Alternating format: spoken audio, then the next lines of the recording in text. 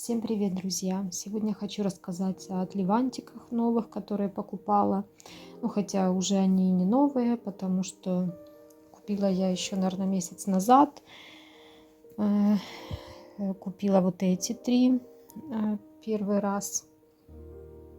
Ну, так стараюсь 2 раза в месяц заходить в бар, покупать что-то пробовать новенькое. Там еще и новинки появляются, поэтому вот, значит, что у меня здесь? Хлоя Номад, который я уже как-то упоминала, хотела купить от Левант, вот купила. В общем, классный аромат. Я как только купила этот от Левант, я прям, наверное, неделю из него не вылезала, пользовалась постоянно. Это, ну, такой аромат, вот он мне нравится на осень, именно вот этот или переходный период, вот конец августа, начало сентября, как раз его время.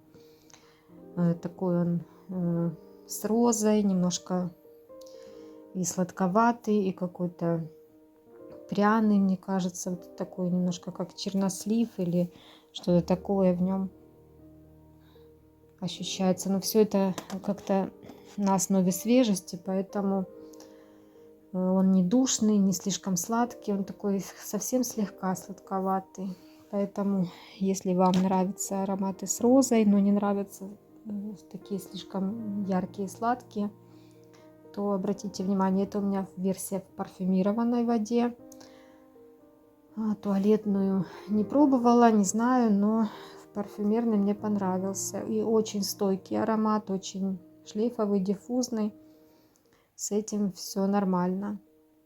Вот, зацепила меня чем-то. У меня была версия Хлоя Номад Абсолю. Тот, наверное, еще более сливовый, еще более пряный. Этот все-таки полегче. Потом, что еще я покупала? Еще, значит, лаборатория Альфативо Тиглио Мирабилис. Ну, этот аромат как-то не совсем я пока что поняла. Носила всего пару раз его, почему-то как-то не тянется к нему рука. Вот это аромат с липой, про липу, про липовый цвет. Вот сейчас популярная тема, да, вот этот Квентин Биш со своей тилией для дома Марк Антуан Баруа. В общем, решила я тоже что-то с липой попробовать. И вот попробовала. Значит, как-то этот аромат меня придушивает. И вообще, даже из от Леванта, вот сразу, когда я там перед тем, как купить его, понюхала, я ощутила, да, действительно такой липовый цвет, какие-то такие вот весенние цветы. Мне показался он более свежим. Потом почему-то эта свежесть куда-то делась, когда я его купила. В общем, что-то он как-то... Что-то есть в нем такое душноватое, такой он очень теплый. Но попробую еще в более холодное время, может быть, как-то получится его разносить. Я, конечно, очень мало его носила, может быть, нужно носить было больше.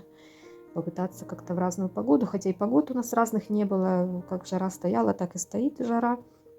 Продолжается, то есть не особо похолодало, скажем так. По утрам, конечно, уже прохладнее и по вечерам, но днем все равно очень тепло для конца сентября.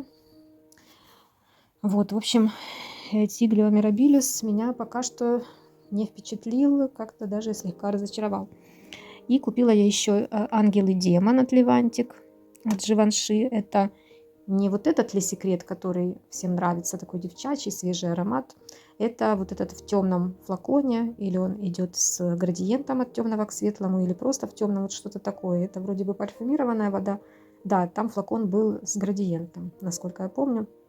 В общем, почему-то было мне интересно его попробовать. Или секреты мне как-то не очень, ну, не моя тема, просто вот эти свежие девчачьи ароматы немножко не мое, поэтому мне хотелось что-то такое более нуарное из этой серии, поэтому вот этот вот классический Ангел и Демон решила попробовать, хотя в магазине я нюхала, там не очень было слышно. Как бы вопросы у меня к его диффузности, к шлейфовости, что-то, мне кажется, он как-то ближе к телу сидит. Но чем-то зацепил, вы знаете, интересный аромат. Он, конечно, ощущается такой вайб 2000-х. Как-то, наверное, он не очень современно звучит. Ну, как мы сейчас, да, вот привыкли, вот эти все амбродеревяхи, вот эти все молекулы современные, они как-то по-другому построенный, а этот такой ближе к классике, аромат с лилией, как говорят. Я как-то не слишком тут различаю какие-то ноты. Прям каким-то восточным я бы его не назвала, каким-то тяжелым тоже нет. Не знаю, для меня он достаточно такой легкий, пудровый. Как-то не хватает какой-то звонкости. Мне кажется, пудра здесь несколько такая плотноватая. Вот все, что я слышу, это сладковатую такую плотненькую пудру. Ну да, какие-то цветы, возможно, лилия. Вот лилию я помню еще в аромате Лулу от Кошарель, который у меня был дезодорант парфюмированный не так давно. Теперь он у моей мамы в туалете обитает в основном. В общем, как-то он мне не особо зашел. Ну, хотя это была не моя вина, что с ним так случилось. Это просто так сложилась судьба. В общем, да, здесь есть похожая нотка на Лулу, но там все более готично. Здесь полегче это все сделано. В общем, для меня это пудровый, слегка сладковатый аромат. Ничего такого тяжелого восточного не слышу. Ну и мне кажется, довольно он простой. Я вставлю пирамиды, конечно, всех этих ароматов. Я уже не помню, что там в нем. Но по описаниям, как другие его описывают, что он восточный, прям такой какой-то сладкий, томный, какой-то прям манкий.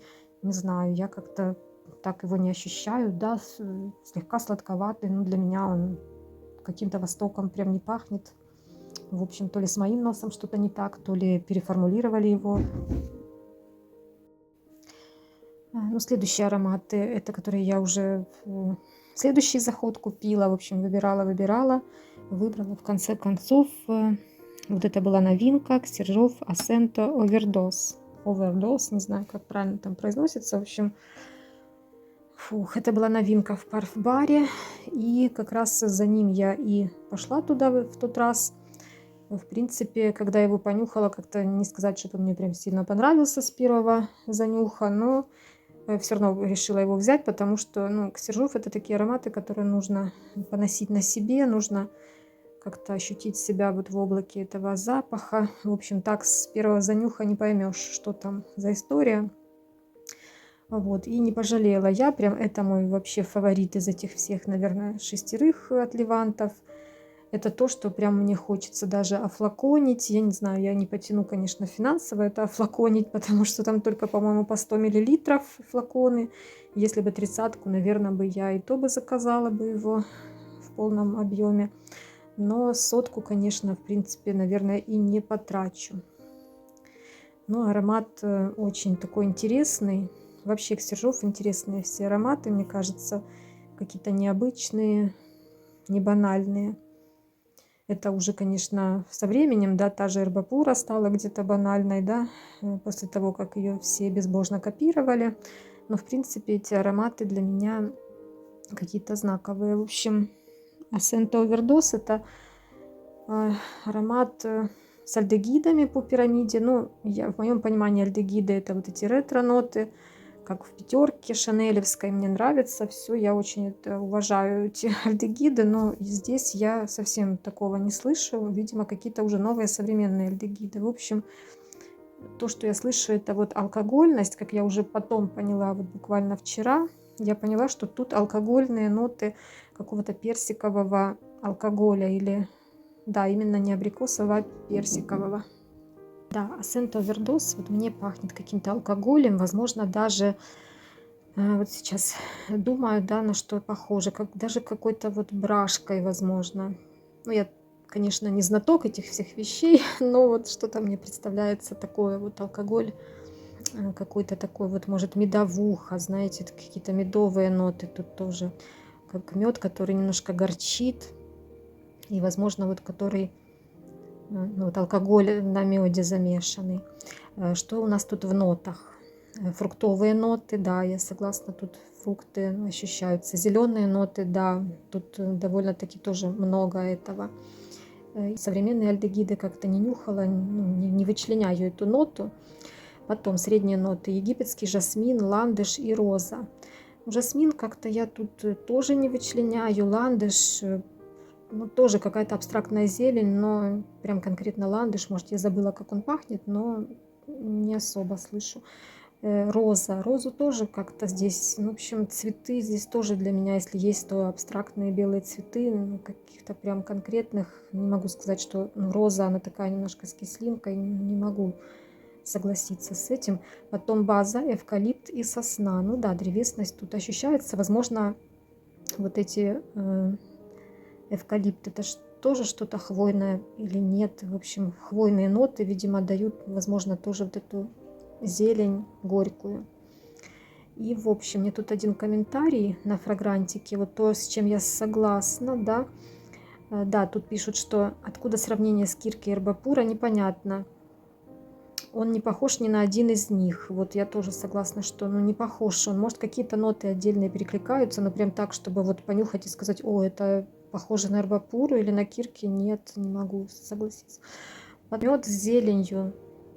Она несколько поначалу свербящая, эта зелень, но в общем и целом в шлейфе это очень красиво. И вот когда я его нюхаю, допустим, вот прямо открываю крышечку, да, ну это слишком ядрено, когда его нюхать даже просто из отливанта, ну через пульвик. Но когда я закрываю крышку и нюхаю так через крышку, вот что прям еле-еле просачивается аромат, вот это вот та красота, которая будет в шлейфе, будет на расстоянии слышна. Вот это то, что мне в нем нравится. Именно вот когда в очень малой дозировке. Вот, в общем, да, это был бы кандидат на флакон, если бы я, в принципе, покупала флаконы, но как-то я не планирую. Если только остаток во флаконе, да, с удовольствием бы взяла бы. Ну, а так, конечно, 100 мл мне не грозит купить при нынешних ценах. Ну и вообще, я считаю, что если я куплю флакон, ну такое уже было просто, если я куплю флакон, то, мне кажется, я потеряю интерес к этому аромату. Как-то, наверное, пока вот его мало, да, отливантик небольшой, то как-то больше его, наверное, ценишь, чем когда появляется уже какой-то больший объем, то у меня лично такое было, что интерес как-то уже притупляется и переключаешься уже на что-то другое. Так, следующий аромат это Jimmy Choo I Want Choo. Это вот этот, который, по-моему, он в красной коробке и в таком золотом флаконе идет. Ну, с золотистой крышкой. В общем, они там разные версии, но это самая первая, насколько я понимаю. Ну, в первую очередь, конечно, это аромат сладкий. Сейчас я найду ноты, прочитаю для общего понимания, что здесь вообще находится, с чем я согласна, с чем нет. Да, вот он, значит, у нас прозрачный флакон, чуть розоватая жидкость и золотистая крышечка. Значит, он белоцветочный, ванильный, фруктовый, сладкий и так далее. Соня Констант парфюмер. Верхние ноты персик, мандарин. Ну да, вот это все сладость, это и дает персик, скорее всего. И мандарин тоже, если сладкий, то да. Потом жасмин, красная лилия. И в базе ваниль. Ну, в принципе, простая достаточно пирамида. И вот, в принципе, так просто он и звучит. Он сладкий, конфетный для меня. Ну, вот жасмин чувствую, да. Как в Prada Paradox. Вот чем он перекликается. И он мне оказался похожим. Возможно, поэтому я его купила, потому что это направление, в общем, мне нравится. Направление такого сладкого жасмина, таких белых цветов со сладостью. Вот это все-таки мое направление, видимо. И вот он из серии вот этого всего, сейчас очень модного, Libre, Linterdi, что еще там у нас? My Way и прочие вот эти такие сладкие жасминовые, белоцветочные. Не скажу, что он стал каким-то для меня открытием. Нет, в принципе, да, он имеет сходство с Prada Paradox, который тоже в отливантике у меня. Но Prada Paradox более такой вот с холодинкой какой-то. Вот он немножко такой идет в сторону. Там лаванда дополняет его вот этой прохладой. Здесь более чуть послаще. Нет вот этой вот прохлады. лавандовой, такой порошковой слегка. Нет этого здесь. Белые цветы и в базе ваниль. Да, это, в принципе, ну, как бы просто, ну так, ежедневно, да, повседневно, на каждый день приятный, если не боитесь сладких ароматов, потому что, ну, он достаточно такой для меня, ну, может придушить, если переборщить. Вот его тоже немножко совсем надо, не стоит с ним перебарщивать. А так аромат приятный на каждый день, вполне достойная работа, но в принципе не открыл для меня Америку, как вот, например, Placenta Overdose, да, это вау. А Джимми Чу, ну так, приятно, хорошо, но ничего, скажем так, нового. И последний аромат это Гритти. Гритти Риалту называется. Риалта, или не знаю, как правильно читать, но это поначалу мне казалось, что это что-то среднее между Бакарой и Ганимедом. Как будто бы вот эта прохлада Ганимеда, тут слышится какая-то вроде бы и как минеральность. Поначалу вот такое у меня было впечатление. И от Бакары шафран тут перекликается с Бакарой. Мне даже кажется, он как-то поинтереснее Бакары. Я когда-то Бакару нанесла немножко себе на руку, вот в парфбаре, да, чтобы, ну, попробовать там. Можно так протестировать. И как-то, я не скажу, что она меня чем-то зацепила. Ну, вообще нет, как-то ничего такого прям не произвела на меня впечатления какого-то особенного. А вот Грити, ну, очень такой объемный аромат, он очень диффузный, шлейфовый, он прям заполняет все пространство. Прям его тоже много не надо. И потом я уже прочитала, что там и уд присутствует, и манго вроде бы. Сейчас прочитаю пирамиду. Ну, в общем, люди как-то сравнивают его с ароматом манго-уд от того же Гритти. Так, это у нас Риалто. Так, удовый, теплый, пряный, тропический. Ну, чтобы прям удовый в таком классическом понимании для меня нет, наверное. Вот если у меня хани уд монталевский, то вот там удище действительно прям восточный такой вот, как будто, не знаю, это называют грязноватый или как сказать. Ну, в общем, там такой более животный уд. Здесь он какой-то то ли очень чистый, такой вычищенный, то ли... В общем, тут шафран, манго, бергамот в верхних нотах, потом, ну да, шафран, то, что перекликается с бакарой. Манго, бергамот, возможно, да, фруктовость какая-то. Ну да, сладкий фрукт, вот чем-то тоже он мне с арбапурой чем-то. Поэтому манго и бергамот я верю, что здесь есть. Потом таифская роза, черный ирис.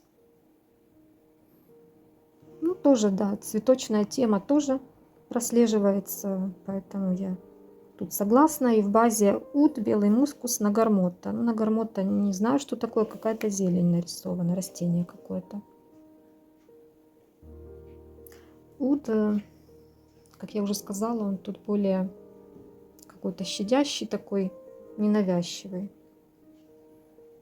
Возможно, вот он и дает вот эту схожесть с Ганимедом, которая мне почему-то сразу...